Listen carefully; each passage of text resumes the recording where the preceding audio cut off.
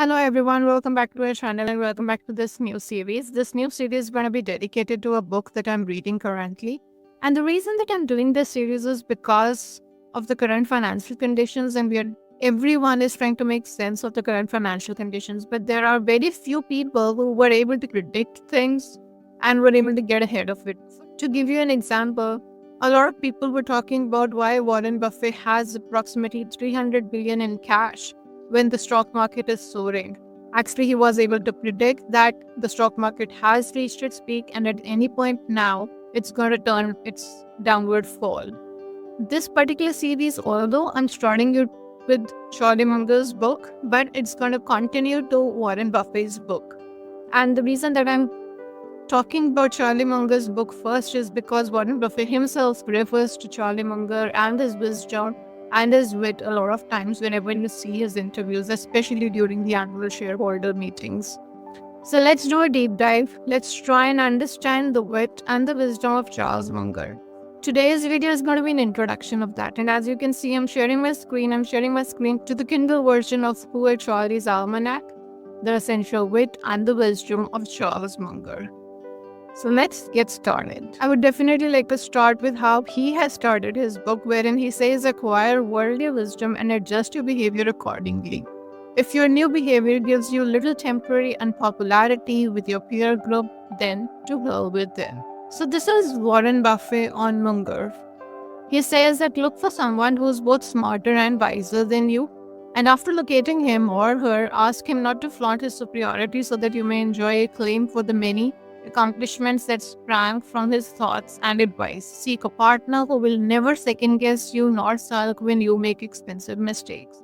Look for a generous soul who will put up his own money and work for peanuts. Finally, join with someone who will constantly add to the fun as you travel on a long road together.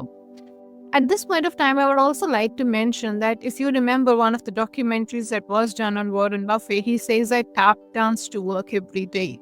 The introduction of this book also centers a lot around how intelligent Charlie was and how witty he was. I'm going to skip through those parts and I'm going to take you through directly towards the parts that I've started highlighting about, which help us understand the thinking behind why Warren Buffett and Charles Munger kind of invested what they invested in and what was their methodology behind it. So this is important. Munger, like Buffett, believes the successful investment career boils down to only a handful of decisions. So when Charlie likes a business, he makes a very large bet, typically holds the position for a long period. Charlie calls it sit on your ass investing and cites its benefits. You're paying less to the brokers, you're listening to less nonsense, and if it works, the tax system gives you an extra 1, 2, or 3 percentage points per annum. In his view, the portfolio of 3 companies is plenty diversification. Accordingly, Charlie is willing to commit uncommonly high percentage of his investment capital to individual focused opportunities. The next thing that I wanted to share with you was Munger's evaluation process. Now, first and foremost, it is said that he had 3 baskets for investing: yes, no, and too tough to understand. And next thing that was said was that a great business at a fair price is superior to a fair business at a great price. So this goes against the discount mentality that we have. We are so conditioned to discounts that even if we do not want something and if it is available at a discount, so we do have a feeling wherein we think to ourselves that do we really want to let this deal go? So this is against that particular mentality where he's saying that a great business at a fair price is superior to a fair business at a great price. And the last thing that I wanted to discuss in this intro video on the book was the investing principle checklist.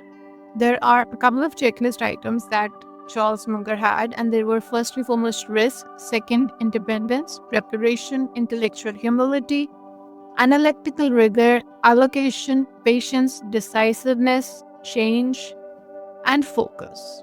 And there are 1 or 2 things which are important in every of these points. For example, when we're talking about risk, the most important thing what he says is that all investment evaluations should begin by measuring risk, especially the reputational risk. And then he also says that always be aware of inflation and the interest rate exposures and avoid the big mistakes, shun permanent capital loss. Then when you're talking about independence, Only in fairy tales are emperors told that they are naked. So what he says is that objectivity and rationality require independence of thought, and mimicking the herd invites regression to the mean, merely the average performance. Then for the third point in the checklist, that is preparation, the only way to win is work and hope that you have a few insights. Now develop into a lifelong self-learner through voracious reading, cultivate curiosity, and strive to become a little wiser every day. Develop fluency in the mental models from the major academic disciplines. If you want to get smart, the question you always have to keep asking is why? Again, why? And then why? Then we talk about intellectual humility. Acknowledging what you don't know is the dawning of wisdom. Staying within a well-defined circle of competence, identify and reconcile disconfirming evidence, resist the craving for false precision or false certainties. And above all, never fool yourself and remember that you are the easiest person to fool. Then we have the analytical rigor, wherein you use scientific method and effective checklists to minimize errors and omissions, something like this. The important thing that he says out here is that be a business analyst, not a market analyst or a macroeconomic analyst or a security analyst. It is important for you to analyze the business. Consider the totality of risk and effect. Look always at the potential second order and high level impacts. And then think forward and backward, inward and always inward. Finally, we have allocation. Proper allocation of capital is an investor's number one job. Remember that the highest and the best use is always measured by the next best use, that is the opportunity cost. Good ideas are rare. When the odds are greatly in your favor, bet, allocate heavily. Don't fall in love with an investment, be situation dependent and opportunity driven. Then you have patience, wherein he says resist the natural human bias to act. Compound interest is the eighth wonder of the world. Avoid unnecessary transactional taxes and frictional costs. Never take action for its own sake. Be alert for the arrival of luck and enjoy the process along with proceeds, because the process is where you live. Then you have decisiveness. When proper circumstances present themselves, act with decisiveness and conviction. Be fearful when others are greedy and greedy when others are fearful. Opportunity doesn't come often, so seize when it does. And opportunity meeting the prepared mind, that's the game that you want to be in.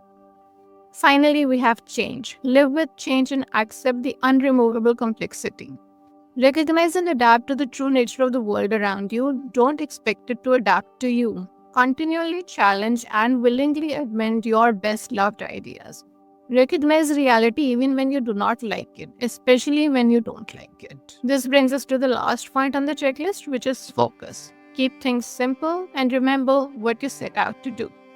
Remember that reputation and integrity are your most valuable assets and can be lost in a heartbeat. Guard against the effects of hubris and boredom. Don't overlook the obvious by drowning in the minutiae. Be careful to exclude the unneeded information. And face your big troubles, don't sweep them under the rug. Well, this is what I wanted to share with you in this first video on this book, that is The Wit and the Wisdom of Charles Munger. This brings us to the end of the first video in this series, wherein we want to talk to you about the essential wit and the wisdom of Charles Munger. And with this introduction, I hope you will stay tuned in for the upcoming videos in this series. Thank you for your time. Do stay tuned in for more. Thank you.